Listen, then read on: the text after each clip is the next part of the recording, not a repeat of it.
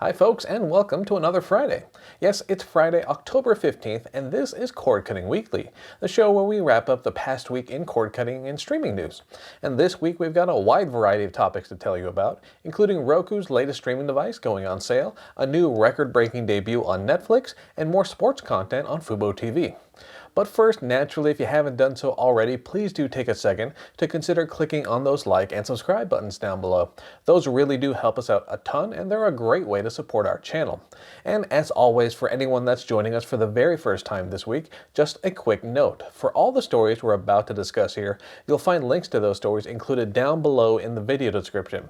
And those links will bring you on over to our news website, cordcuttersnews.com, where you can stay up to date on all things streaming 24/7. And now that we've laid all that out, let's dive into some news, starting with new sports options on fuboTV.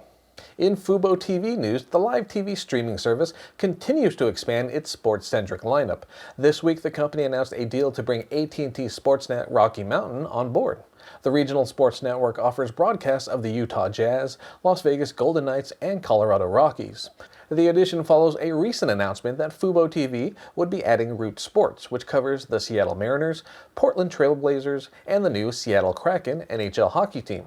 Both options are now available on the live TV streaming service, and if you're a fuboTV customer who happens to live within the coverage area of either of those regional sports networks, let us know what you think of the new additions in the comment section down below. In other sports news this week, we learned that Major League Baseball may want a stake in Sinclair's Bally Sports Regional Sports Networks, or RSNs. Earlier in the year, we reported on Bally's plans to offer a direct-to-consumer streaming service, and those efforts still appear to be in progress. Since then, we've learned that Major League Baseball is reportedly interested in an equity stake in any proposed streaming service that aims to offer MLB games.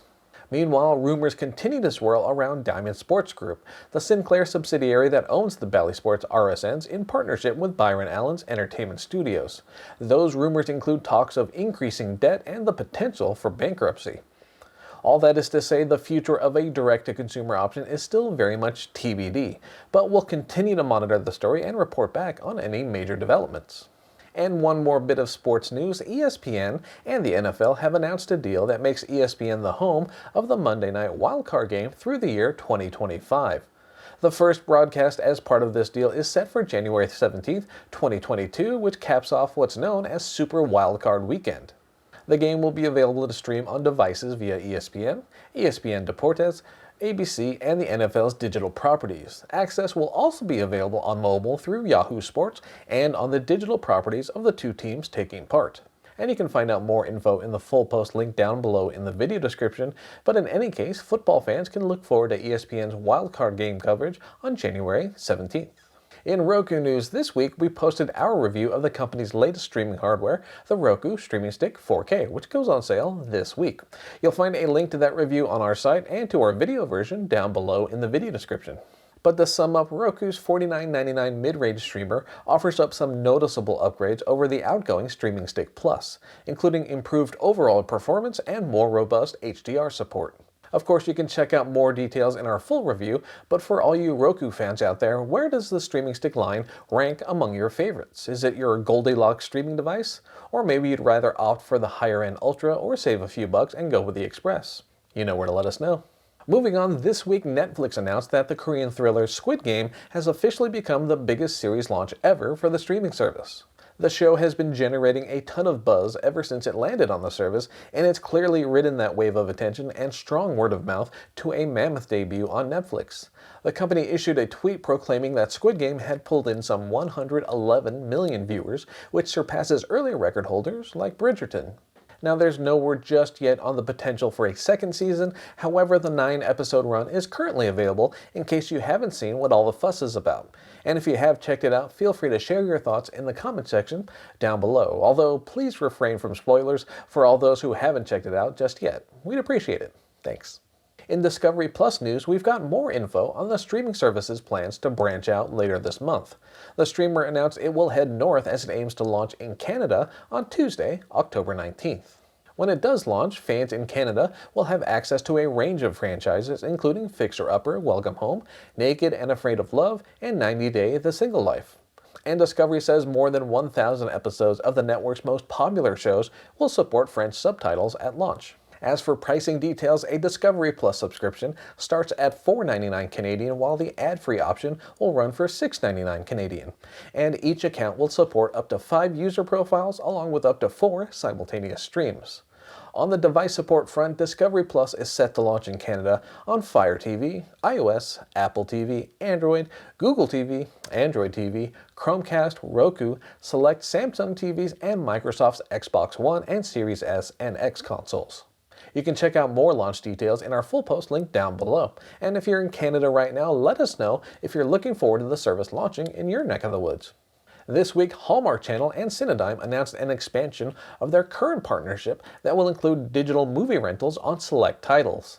The channel has attracted a rather engaged and dedicated fan base over the years, as it's built out a sizable library of content ranging from movies to scripted shows.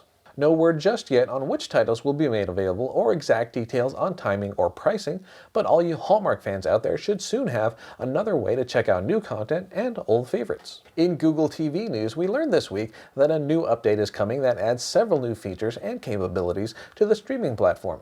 We're talking about additions like the ability to create personalized profiles, more live TV streaming choices, and receiving recommendations in Ambient mode.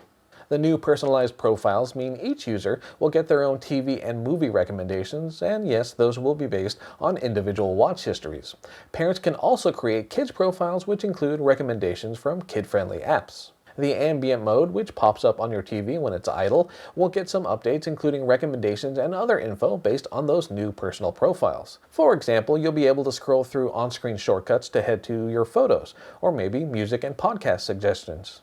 Those updates are expected to launch on Chromecast with Google TV, as well as Google TVs offered by Sony and TCL in the coming weeks. And on the live TV streaming front, Philo joins the Google TV party alongside other live options like YouTube TV and Sling TV.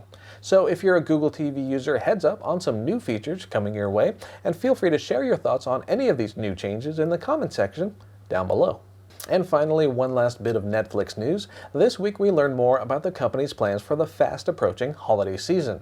The streaming service posted its Here for the Holiday schedule, and it includes titles coming to the service starting on November 1st, which isn't all that far away in case you haven't looked recently. You can check out the full list in our post link down below in the video description, of course. The list features a variety of new movies as well as TV shows, including holiday-themed episodes of The Great British Baking Show. And other competition shows are also getting to the holiday spirit, including School of Chocolate and the glass blowing competition, Blown Away. So feel free to browse the full schedule and let us know if any of those titles are on your must-watch list this holiday season. So there you go, those were some of the top headlines from the past week, and as we often say at this point, thank you all for watching. Again, please do consider clicking on those like and subscribe buttons down below. They are a tremendous help to our channel, and they help signal to YouTube that it should continue recommending our content to more and more viewers, which in turn helps us expand our awesome community of cord cutters and streamers. For now though, I thank you all again for tuning in this week. My name is Philip Palermo. I hope you all have a safe and enjoyable weekend. Take care.